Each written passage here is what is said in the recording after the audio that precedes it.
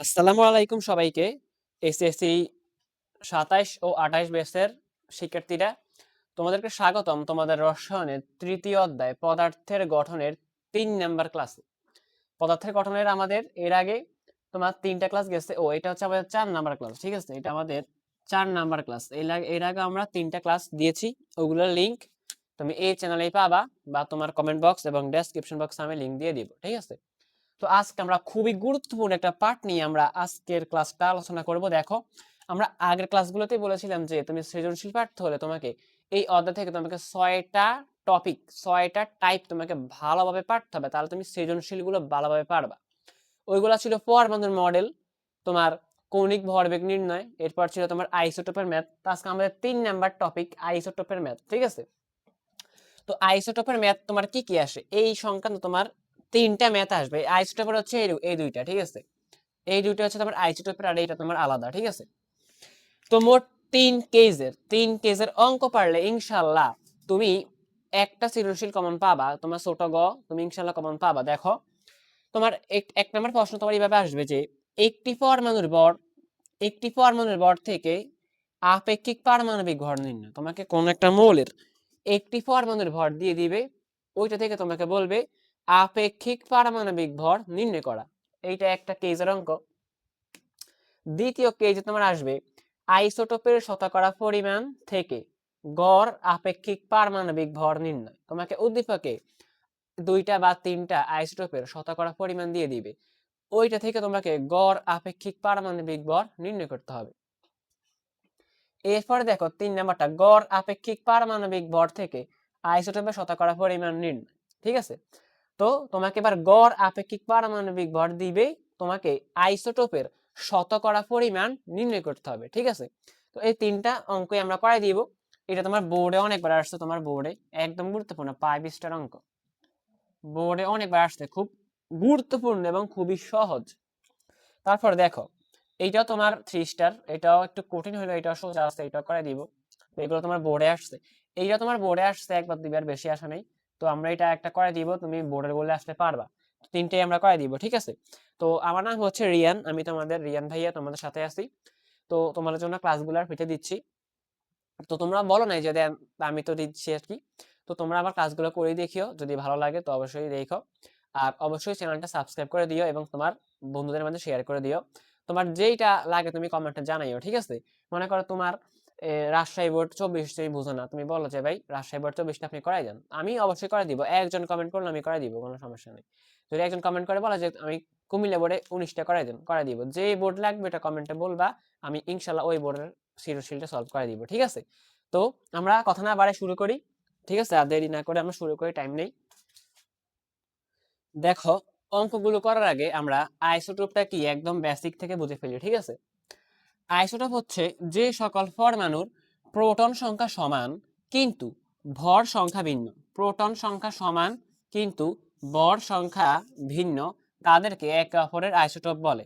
যেমন আমরা একটা উদাহরণ লিখে রাখছি।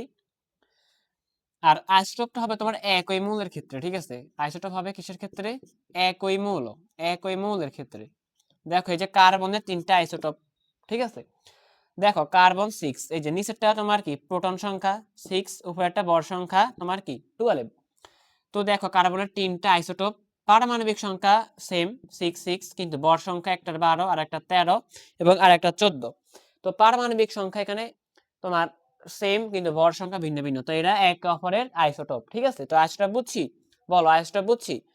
প্রোটন সংখ্যা সেম কিন্তু ভর সংখ্যা ভিন্ন, তাই এরা একে অপরের আইসোটোপ, ঠিক আছে? তো আইসোটোপ শেষ আমাদের।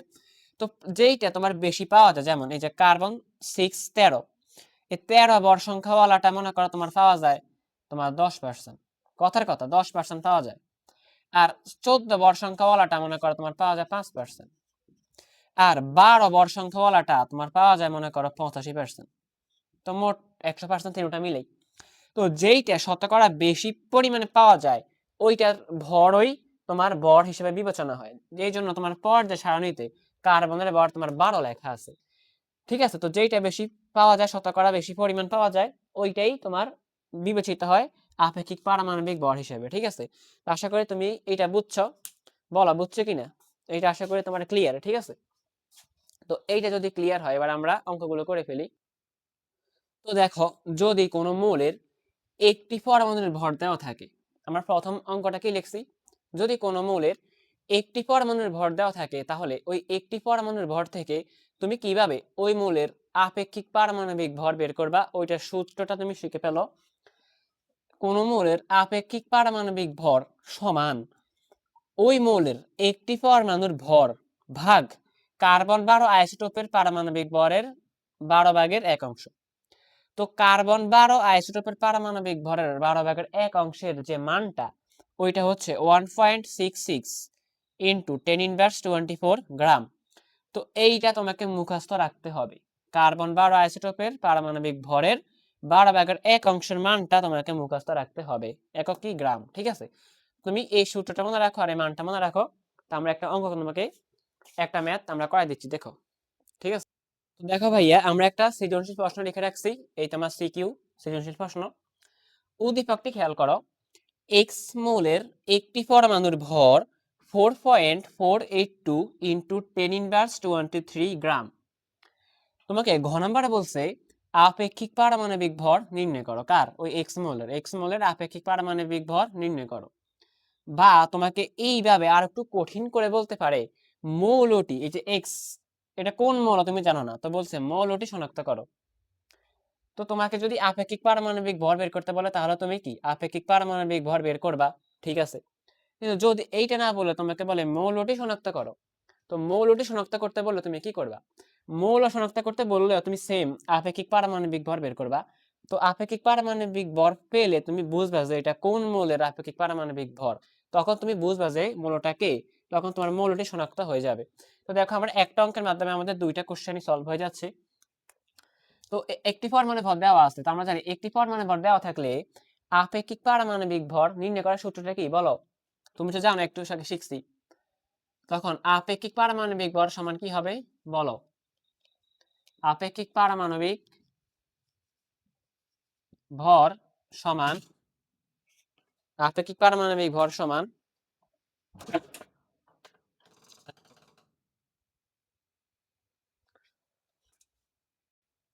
তো বলো ভাইয়া, আপেক্ষিক পারমাণবিক ভর সমান কি আর বলা লাগবে? তুমি নিশ্চয় জানো আপেক্ষিক পারমাণবিক ভর সমান ওই মৌলের একটি পরমাণুর ভর।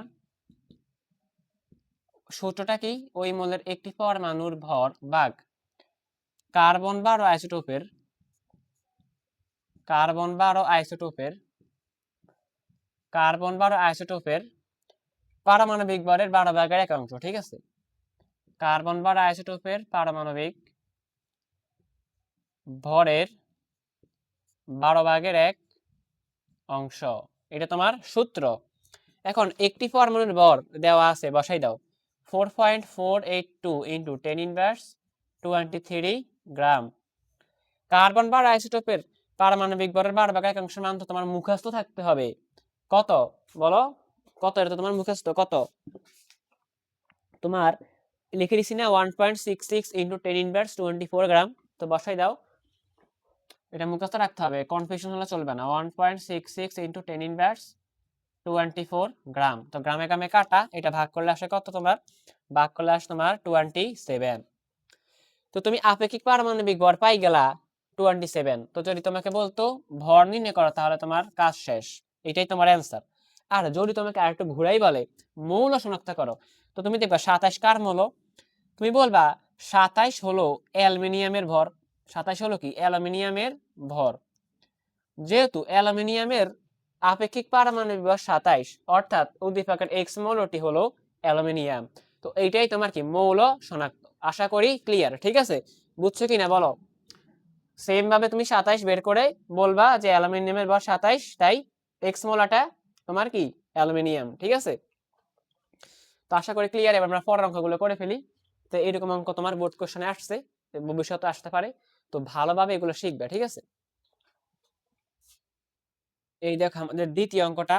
তোমার বইয়ের এর একটা অঙ্ক আছে, দেখো তোমার বইয়ের কত পৃষ্ঠা? 52 পৃষ্ঠা। দেখো, আইসোটোপের শতকরা পরিমাণ থেকে মৌলের গড় আপেক্ষিক ভর নির্ণয় করা। তো এখানে একটা তারা কপারের একটা উদাহরণ দিয়ে, এই যে ক্লোরিনের একটা তোমার উদাহরণ দিয়ে তারা করাই দিচ্ছে।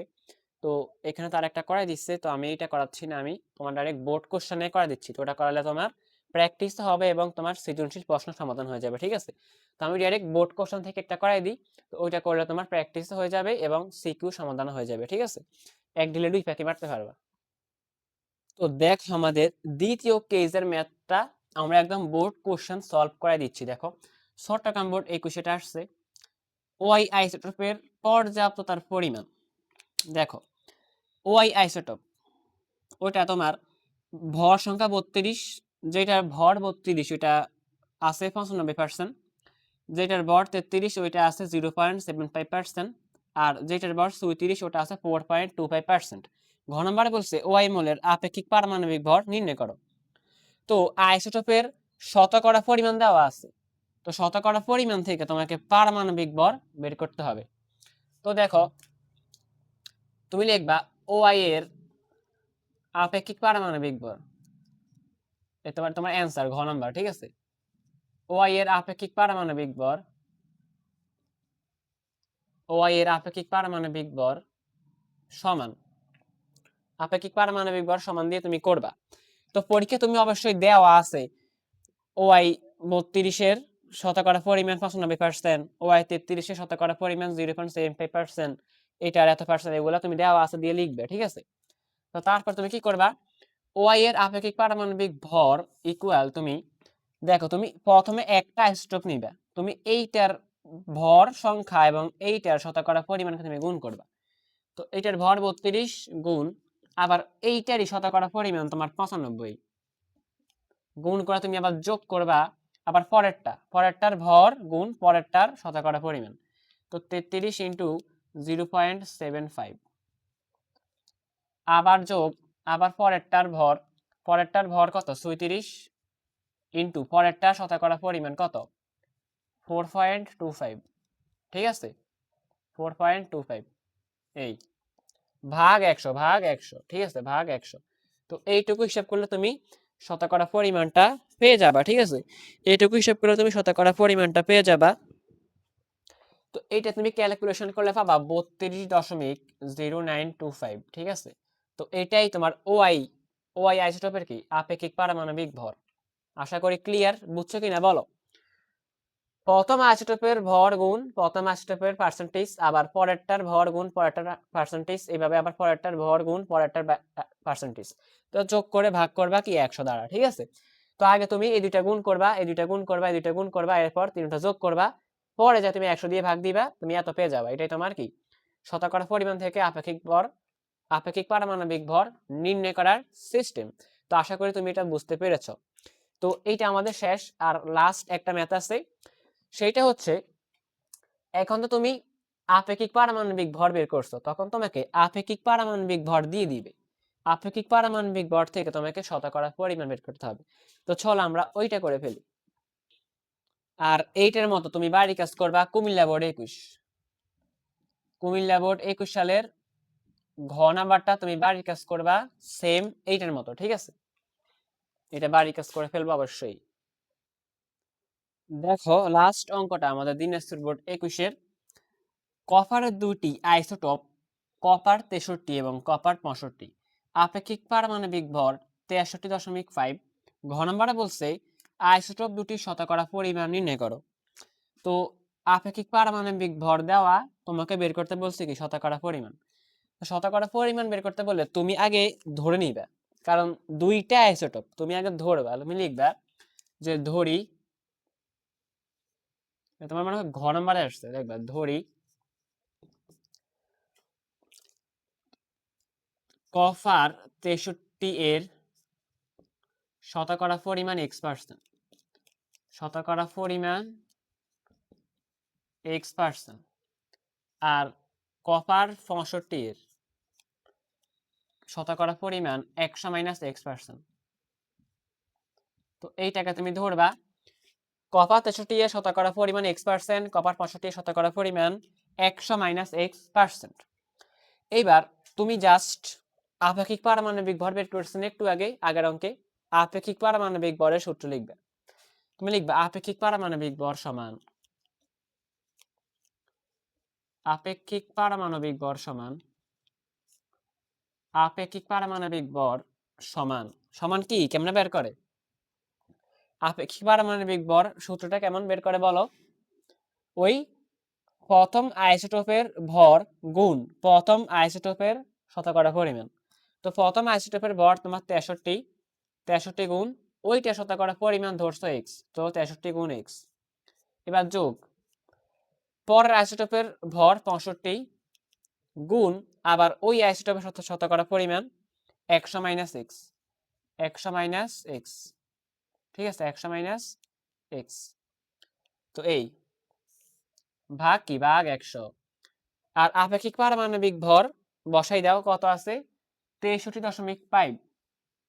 তো আপেক্ষিক পারমাণবিক ভর তুমি বসাই দাও 63.5, 63.5। এবার তুমি 100 আর এই 63.5টা গুণ করে ফেলো। তো গুণ করে এটাকে এই পাশে লেখো, ঠিক আছে। আচ্ছা গুণ করো, গুণ করলে কত আসে? আচ্ছা আগে এটাকে এই পাশে লেখো। 63 গুণ এক্স করলে আসে তোমার 63x। কত আসে? 63x। 63 গুণ এক্স করলে আসে তোমার 63x প্লাস 65 এর 100 গুণ করলে আসে কত? 65 এর 100 গুণ করলে আসে তোমার 6500। আবার 65 আর মাইনাস এক্স গুণ করলে আসে মাইনাস 65x, ঠিক আছে। 100টাকে ওই পাশে পাঠিয়ে দাও, গুণ হয়ে যাক, ইকুয়াল 100 আর এইটা গুণ করলে হয় তোমার 6350। আশা করি বুঝছো, এটুকু বুঝছো। 100 এই পাশে আছে ভাগ, ওই পাশে গেলে তোমার 63.5 এর সাথে ওটা গুণ হয়ে যাবে, গুণ হয়ে ওইটা হবে তোমার 6350। আর এখানে এগুলো গুণ করছি, যোগ এই যে গুণ করছি, ঠিক আছে। এখন তুমি এক্স ওয়ালাগুলোকে এক পাশে নিয়ে যাও আর ওইগুলোকে আরেক পাশে পাঠিয়ে দাও। তো দেখো এক্স গুলোতে এই পাশে আছে, এই সংখ্যাটাকে ওই পাশে পাঠিয়ে দাও। তো 63x মাইনাস 65x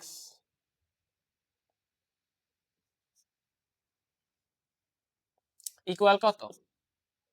6350। এটা ওই পাশে গেলে বিয়োগ হয়ে যাবে, এটা এই পাশে আছে যোগ, ওই পাশে গেলে হবে বিয়োগ, তো বিয়োগ 6500। আর 63x থেকে 65x গেলে থাকে -2x, -2x ইকুয়াল এটা বিয়োগ করলে কত আসে? -115, ঠিক আছে, -150। তো তোমার লাগবে x, তো তুমি -2 কে ওই পাশে পাঠিয়ে দাও, -2 এই পাশে আছে গুণ, ওই পাশে গেলে হবে তোমার ভাগ, তো -150 ভাগ -2। তো মাইনাসে মাইনাসে কাটা, 150কে 2 দিয়ে ভাগ করলে আসে তোমার 75, তো 75%। তো এক্স কত পার্সেন্ট? 75%। তো দেখো কপার 63 এর শতকরা পরিমাণ ধরছো x%, অর্থাৎ কপার 63 এর শতকরা পরিমাণ এক্স কত বের হয়েছে? 75%। তো কপার 63 এর শতকরা পরিমাণ 75%। আর কপার 65 এরটা কত? 100 মাইনাস এক্স। তো 100 মাইনাস এক্স করলে তুমি পাবা 100 বিয়োগ 75, অর্থাৎ তোমার কত বার হয়? 25%। তো দেখছো দুইটার বের হয়ে গেছে, একটা 75% আর একটা 25%। তো আশা করি ক্লিয়ার, বুঝছো কিনা বলো? তো এইভাবে তুমি গড় আপেক্ষিক পারমাণবিক ভর থেকে তুমি শতকরা পরিমাণ বের করবা। তো আশা করি ক্লিয়ার। তো আজকে এই পর্যন্তই। চ্যানেলটি অবশ্যই সাবস্ক্রাইব করে দিও এবং তোমার বন্ধুদের মধ্যে শেয়ার করে দিও। তো দেখা হবে পরবর্তী ক্লাসে। আর কেমন বুঝছো বা ভালো মন্দ কি কমেন্টে জানাও, ঠিক আছে।